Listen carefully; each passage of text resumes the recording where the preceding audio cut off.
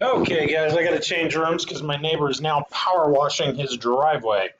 So, we are going to talk today about the continuation of government. We've been looking at the different branches. So, now we're going to talk a little bit about the legislative branch or the legislative branch of Texas. So, this is kind of Texas style here. You've got the two houses, the Senate and the House, as well, or also known as the two chambers. This is called a bicameral legislature. Some places have one house, so literally you don't have a House and a Senate. You just have the one, whatever it may be called, a Senate, a House, or it may just be Congress. So, but that's in different countries. This is called this bicameral legislature. So for Texas, our Senate 31 members, House of Representatives 150. The thing to know about these different houses is that I cannot speak today. It's based on population. So, for example, let me go back up here. The House is based on population. So, you've got however many people in your area that you represent, then you may get more people in the House. That is why one of the reasons we're doing the census right now. The other thing is the Senate. In the Senate, every state, no matter how big, how small, how many people, how much land, it doesn't matter, everybody gets two. That's fixed. So that's just the different way that the power is balanced, where you have small states and large states. It was part of one of the compromises that started our country. So moving forward, talking about Texas, we've got our legislature meets in Austin 140 days every other year. There's some stuff I've heard about why we meet every other year. We have from what I remember when I took Texas history in college, there was a point when the legislature was so corrupt and people were fighting, literally gunfighting, that the rest of Texas kind of got fed up with the legislature and said, nah, we're not going to do this every year. The other story I've heard, which is more common, is that the idea that it was too dangerous to travel to get all the way there. It was too difficult to travel, so they wanted to do it every other year. I lean more towards the hey, let's shoot each other style of that than the it's difficult to travel, because people have been traveling all over Texas forever. So I don't know. I'm going to do some more research and check into that one. But the idea there is that there's no term limit. You can run as many times as you want. The Senate has a 4-year term. The House has a 2-year term. So you can run for your 4 years in the Senate. You can be done and go on about your life, or you can run until you die. Welcome to Texas.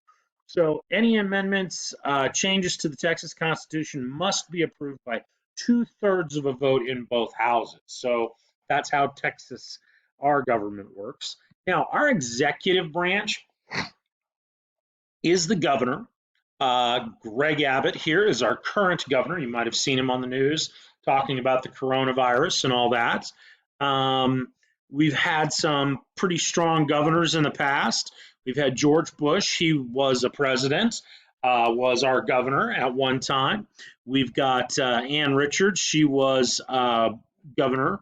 I think she was our second female governor, because we had few in the past, and then got some other different governors. The bottom line is the governor is the chief executive. This is the president of our state. So that's the idea, is that this person is in charge of the executive branch. They serve a 4-year term, and they can just keep running forever and ever and ever. There's no limit to the number of times they can run. So there you are. All right, moving along, this is kind of the structure of what the government looks like. So you have the people with the power, the voters. We elect both state treasury, comptroller, attorney general, governor, lieutenant governor, secretary of state, and the superintendent of schools. All of these are elected positions. These positions all work with the governor in different ways and do different things, but they're all part of the government. It's very interesting in our state, the lieutenant governor is a very powerful position, and we'll talk about that in a minute. Now, this governor gets to appoint all these people down here: highway commissioner, banking commissioner, insurance commissioner, human rights commissioner, board of regents, state schools. All of these people can be appointed by the governor. So the key there is he's gotta appoint the right people. It's a commission. That's that style of government that came out of the progressive era. Appoint somebody who knows what the heck they're doing. If you appoint someone to the highway commissioner who doesn't understand engineering in any way, shape, or form, is completely disconnected from that, that could go poorly. Bad decisions can be made. So these commissioners are generally people who are very learned in their field. All right, so down here, lieutenant governor, again, part of the executive branch, but because our lieutenant governor, are you two done? Jeez, I'm going to send them to the office.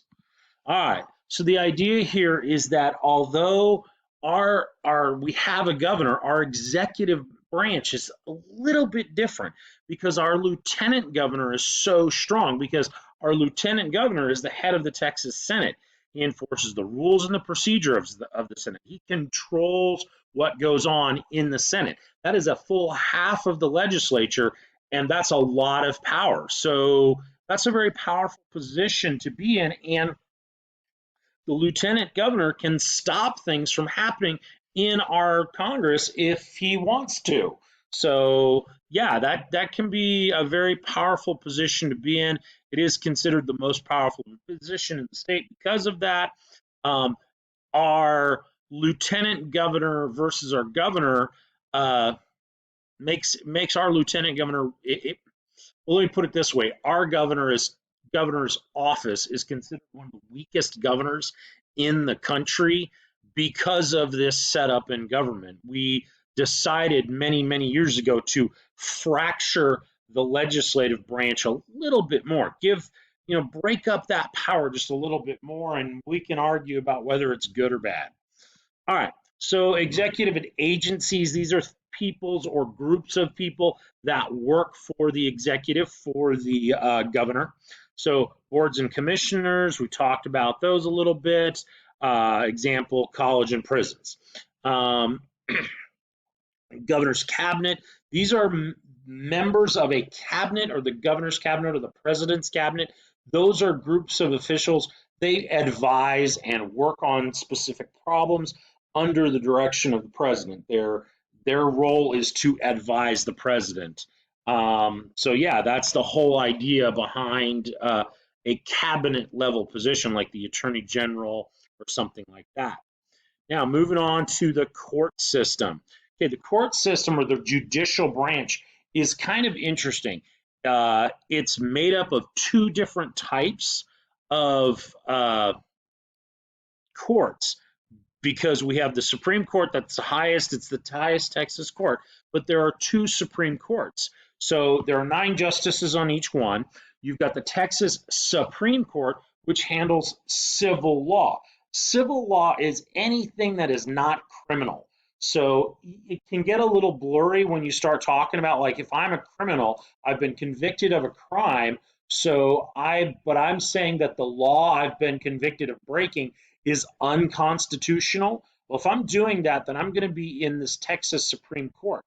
I will have already gone through the Court of Criminal Appeals, but I won't be suing in a criminal court. I'll be suing Texas for its law in the Texas Supreme Court. That's just kind of where it's a little weird.